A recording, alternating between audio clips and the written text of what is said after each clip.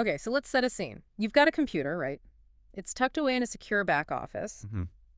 But you need what's on its screen flight times, a menu, factory stats, whatever, to show up on a monitor that's like 2 football fields away.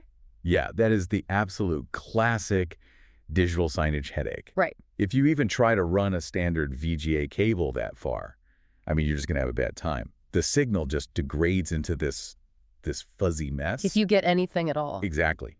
And the cables themselves cost a fortune, and they're just not made to go 600 feet. Okay, but hold on. We're talking about VGA. My first thought is, why are we even talking about a VGA transmitter in 2026? Isn't that a little, archaic? It's a really fair question. Shouldn't we just be using HDMI over IP or something? You would think so. Yeah. But the reality is that legacy infrastructure is incredibly stubborn. Yeah. I mean, think of all the industrial setups, airports, servers. They still output VGA. And replacing the cables in the walls would be a nightmare. A massive expense. So this device we're looking at, the NTI ST-C5V-L-600, it kind of bridges that gap. It lets you keep that old signal, but transmit it over modern cabling. You mean just standard CT5 or CT6?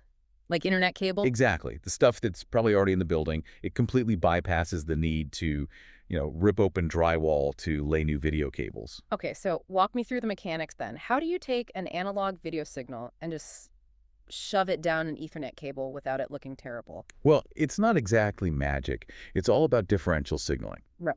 The system is split into 2 units. You've got a local one at the computer and a remote one at the monitor. The local unit takes that VGA signal and converts it into a differential signal. And that's what travels over the CAT cable. Right, over the twisted pairs inside. And that's crucial because those twisted pairs are naturally excellent at rejecting noise and interference over long distances. Then the remote unit just rebuilds the image. And I saw that the local unit has a pass-through port for monitor right there at the source. Yeah, which seems basic, but can you imagine if you're a sysadmin, you don't want to sprint 600 feet just to check if the computer is actually on? Good point. Local monitoring is a must. Precisely. Yeah. But we do need to manage expectations about that 600-foot range.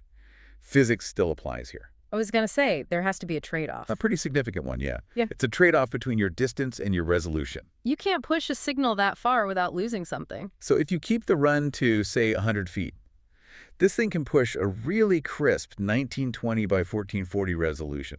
That's sharp enough for detailed graphics, Sure. But if you push it to that 600-foot limit, The resolution has to drop. it drops way down.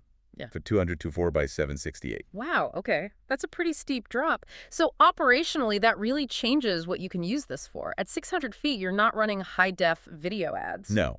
At that distance, you're looking at text-based information, flight departure boards, simple factory metrics, fast food menus, Yeah. that sort of thing. It definitely limits the content strategy, so to speak. And you mentioned something interesting about the cable itself. Oh, yeah. This is the part that gets people. Yeah. If you try to be proactive and use a higher quality, shielded twisted pair STP cable, you actually hurt your range. Wait, what? Really? Shielded cable is usually the premium choice. Why would it make things worse? It's all about capacitance. The shield is great for outside interference, but it changes the electrical characteristics of the cable. It kind of absorbs more of the signal energy over distance. So the cheaper cable is actually better here. For the longest runs, yeah. The cheaper unshielded twisted pair, UTP, is better for the signal integrity in this specific analog context. That is completely counterintuitive. So how do I make sure the text is sharp? If the signal degrades differently at 200 feet versus 500 feet, is there like a focus ring on this thing? Close. It's an electronic adjustment. The remote unit has what they call a video quality adjustment feature. You basically have to manually tune it to sharpen the image based on the exact length of the cable you're using. So it's not quite plug and play. You have to dial it in. Not at those extreme distances, no. But it's necessary. It sounds a bit fiddly, but I guess that makes sense. What about reliability? If this is running a flight board at an airport, it just can't crash. And that's the other big selling point. This thing is industrial grade. We're looking at a mean time between failures in MTBF of over 80,000 hours. Which is, what, 9 years? Just over 9 years of continuous 247 operation. It's a set it and forget it kind of box. And I see it has surge protection built in. Yep, and it's OS agnostic, Windows, Mac, Linux, even Sun. Doesn't care. It's just handling the raw video signal. The one we're looking at is video only, but I saw there were other models. Is that just for adding audio? Audio is one option, yeah.